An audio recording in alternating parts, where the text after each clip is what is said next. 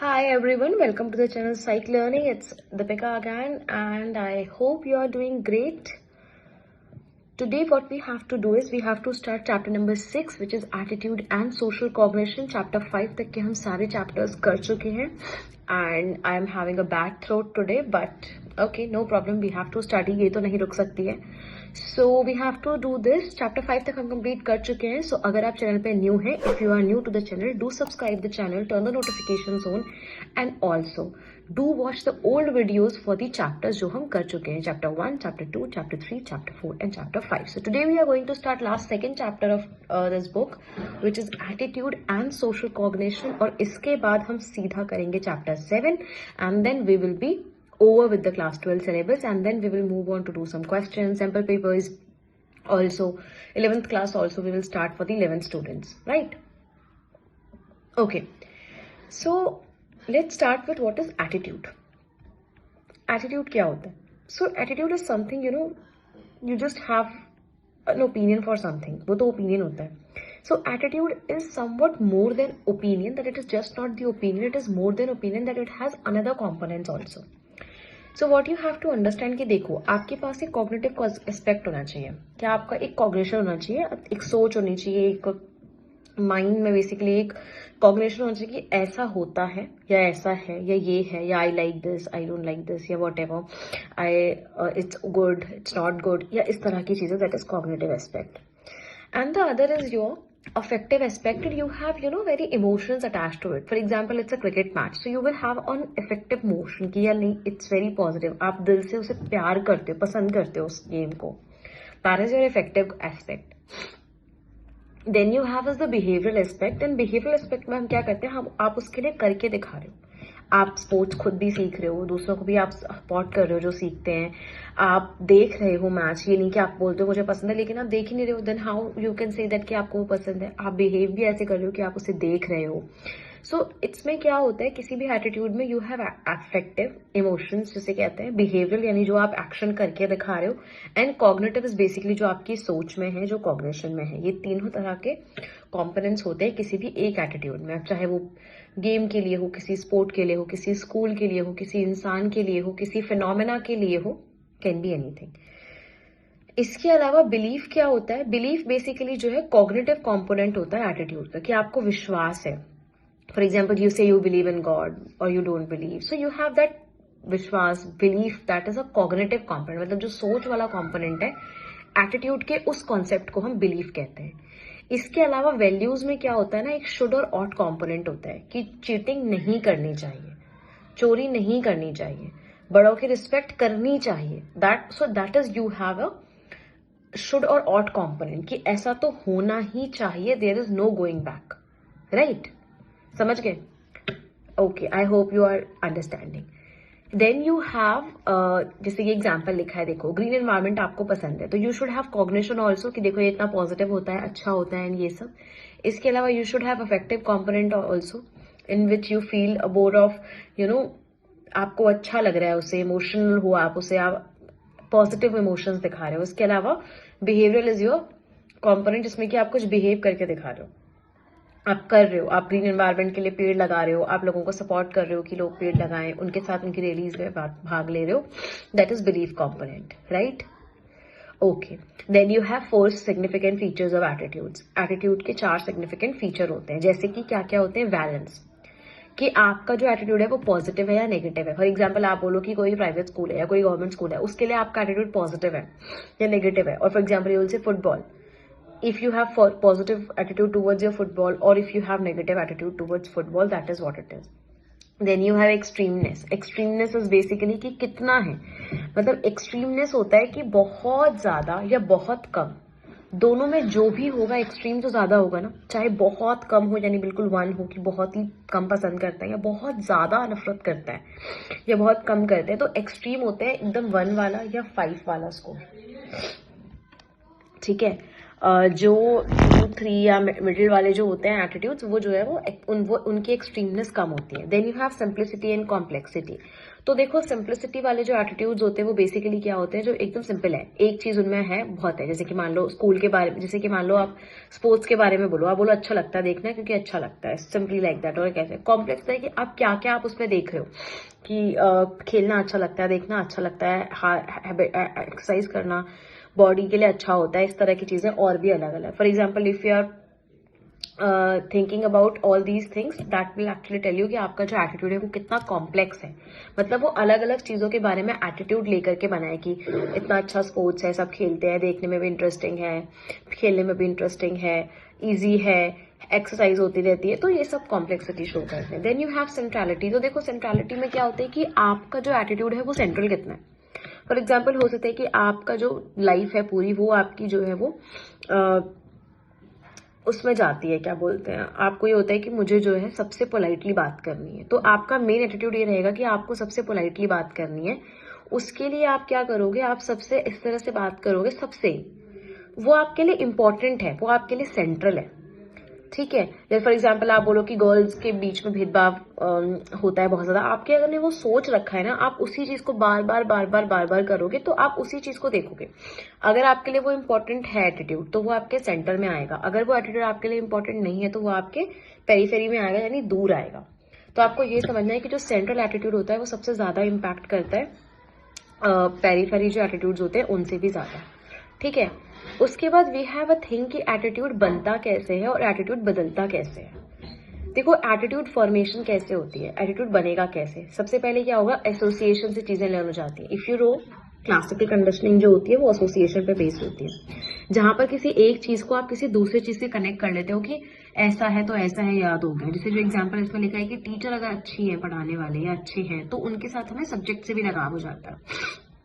Then you have learning by reward और punishment. ये example आप देखोगे तो ये ऑपरेंट कंडीशनिंग का एग्जाम्पल है, विच सेज दैट कि आपको जो है किसी काम को करने के लिए तारीफ मिली है या पनिशमेंट मिली है, उस पर डिपेंड करता है कि आप जो है वो बिहेवियर सीखोगे या नहीं सीखोगे. And that will be your attitude through reward and punishment.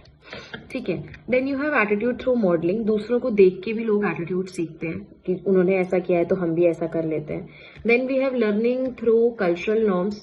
Culture के नॉर्म्स क्या हैं, हमारी सोसाइटी ने हमें क्या सिखाया, this can be the thing there. इसके अलावा you have information through exposure to information. ठीक है, सॉरी इन्फॉर्मेशन बोल रही हूँ, learning through experience through information. अब क्या होता है, जैसे मान लो आपने कोई बुक पढ़ी, कोई मैगजीन देखी, कोई सोशल मीडिया में देखा, किसी भी नॉलेज या किसी भी तरीके से आपको कोई नॉलेज मिली, तो भी आपका एटीट्यूड जो है वो बदल सकता है. इसके अलावा कुछ फैक्टर्स होते हैं जो कि एटीट्यूड फॉर्मेशन को इन्फ्लुएंस करते हैं, कि एटीट्यूड फॉर्मेशन जो है वो इन्फ्लुएंस कैसे होती है. तो उसमें पहला होता है फैमिली और स्कूल एनवायरनमेंट, कि फैमिली का या स्कूल का कैसा एनवायरनमेंट है. इसके अलावा रेफरेंस ग्रुप, आप जिस ग्रुप को फॉलो करते हो, जैसे कि किसी भी पर्टिकुलर कम्युनिटी या ग्रुप को फॉलो करते हो, उनका क्या थॉट है. Then you have personal experience, की लाइफ में आपने खुद पर्सनली क्या सीखा. देन मीडिया रिलेटेड इन्फ्लुएंस, की आपके आसपास जो मीडिया है वो क्या सिखाती है या करती है. ठीक है. उसके बाद you have the last is you have media. Okay. तो ये सब चीजें होती है जिससे एटीट्यूड जो है वो इन्फ्लुएंस भी होता है, मतलब बदलने के लिए ऐसा भी होता है कि हाँ ये सब चीजें भी इंपॉर्टेंट होती है. Then you have attitude change. अब एटीट्यूड चेंज में क्या होता है ना, कि अब हमने ये तो पढ़ लिया, हाँ ये सब फैक्टर्स होते हैं और ये सब चीजें होती हैं, ये अब एक्चुअली वर्क कैसे करता है, इसके लिए बहुत सारी थ्योरीज भी दी गई है, ध्यान से देखिए. जैसे कि हम बात करते हैं प्रोसेस ऑफ एटीट्यूड चेंज की, है ना. तो पहली थ्योरी इसमें फ्रिंज हैदर की है, और ये बहुत पुरानी थ्योरी है, और ये बैलेंस की थ्योरी है.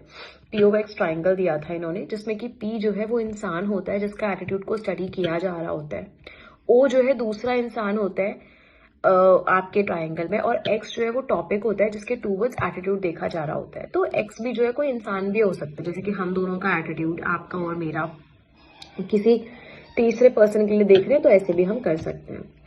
आपको ये समझना है कि जब सारे के सारे साइड्स नेगेटिव होते हैं या जब दो साइड्स पॉजिटिव होते हैं, तो जो है सिचुएशन इम्बैलेंस होती है, जबकि ऐसा नहीं होता है तो वो पॉजिटिव जो होता है वो बैलेंस होता है.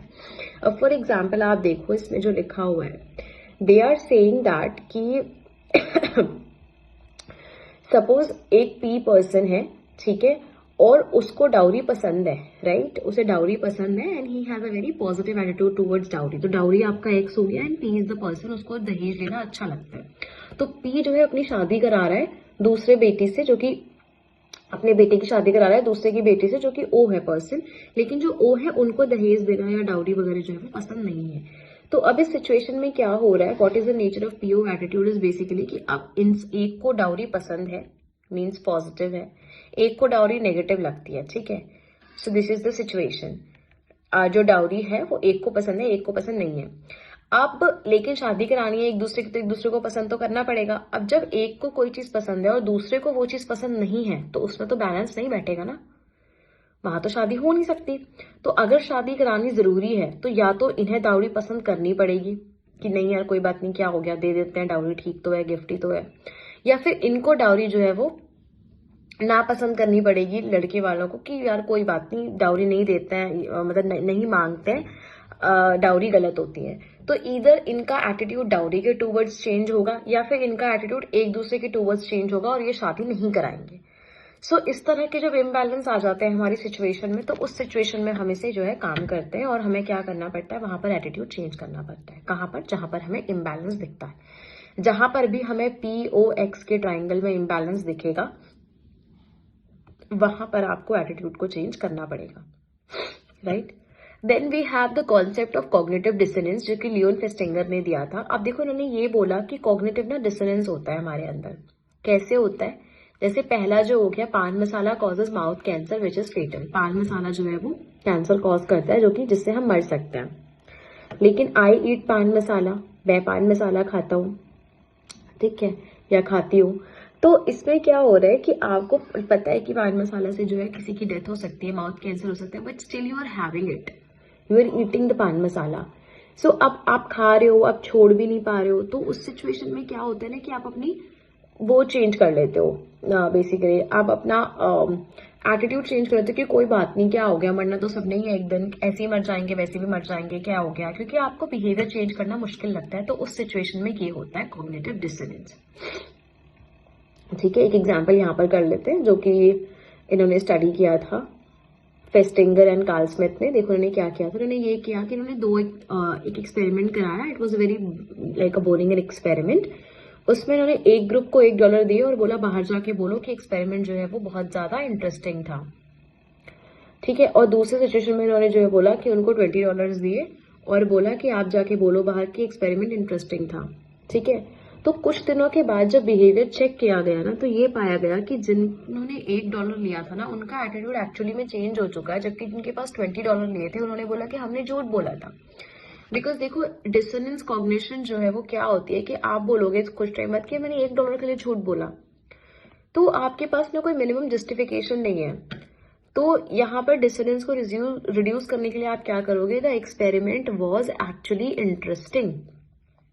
आप ये बोलोगे कि जो एक्सपेरिमेंट था वो एक्चुअली में इंटरेस्टिंग था, क्योंकि मैंने $1 के लिए झूठ नहीं बोला, वो इंटरेस्टिंग था। लेकिन $20 तो बहुत ज्यादा अमाउंट है ना, तो उसके लिए तो आप बोल सकते हो कि हाँ मैंने झूठ बोला, क्या बड़ी बात है, पैसे दिए तो मैंने बोल दिया, बट इंटरेस्टिंग नहीं था।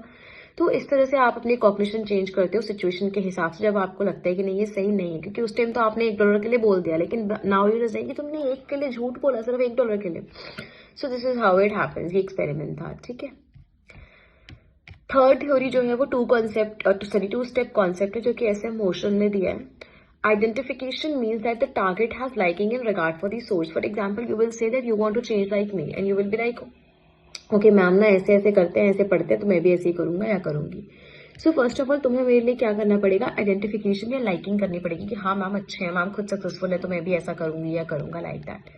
सेकेंड स्टेज में क्या होता है कि मैं खुद अपने स्टेप एटीट्यूड को चेंज करूंगी और फिर तुम भी उसको चेंज करोगे। फॉर एग्जाम्पल ये बोले कि नहीं मैंने जो है मतलब कोल्ड ड्रिंक वगैरह बेकार होते हैं, नहीं पीनी चाहिए, आई स्टार्टेड हैविंग जूस और होममेड जूस और ये सब मैं पी लूँ, तो तुम भी वो सीखोगे। तो इट्स बेसिकली लाइक दैट कि फर्स्ट स्टेप में आपको आइडेंटिफिकेशन डेवलप करनी है एंड सेकंड में जब चेंज होता है एटीट्यूड पर्सन का, तो उस हिसाब से आप भी जो है वो बिहेवियर को अपने चेंज करते हो, बदलते हो, and then this is how your behaviour is change और मॉडिफाइड। समझ आया? सो आज के लिए तो काफी सारी थ्योरीज एंड ऑल हो गई हैं। You will also have a lot of homework कि आपको उन्हें पढ़ना है, रिवाइज करना है। एटीट्यूड चेंज के फैक्टर्स क्या होते हैं, इसके अलावा और एटीट्यूड की क्या डेफिनेशंस है, प्रेजुडाइज क्या होता है, डिस्क्रिमिनेशन क्या होता है, ये डेफिनेटली हम नेक्स्ट क्लास में स्टार्ट करने वाले हैं. So till then, that is it. I hope you understood everything, and even if you have not understood, please write down in the comment section, or you can get to us in any way possible. Also, take good care of yourself. Winters are approaching, so yeah, that is it. Till now, whatever we have done, I hope that you know understood everything and everything is clear to you, because that's सब कुछ ऐसा है नहीं, but हाँ कुछ concept है जो मुझे भी पता है कि मुश्किल है, but due to time constraints and YouTube वाला thing, I cannot be you know taking everything in detail. Whatever you want to do, you can ask us, you can reach to us, or you can ask us for the private tuitions or classes, so that you can get the deep insights of everything and you can just ace your 12th boards exam. So subscribe the channel, turn the notifications on, and take care. Bye bye.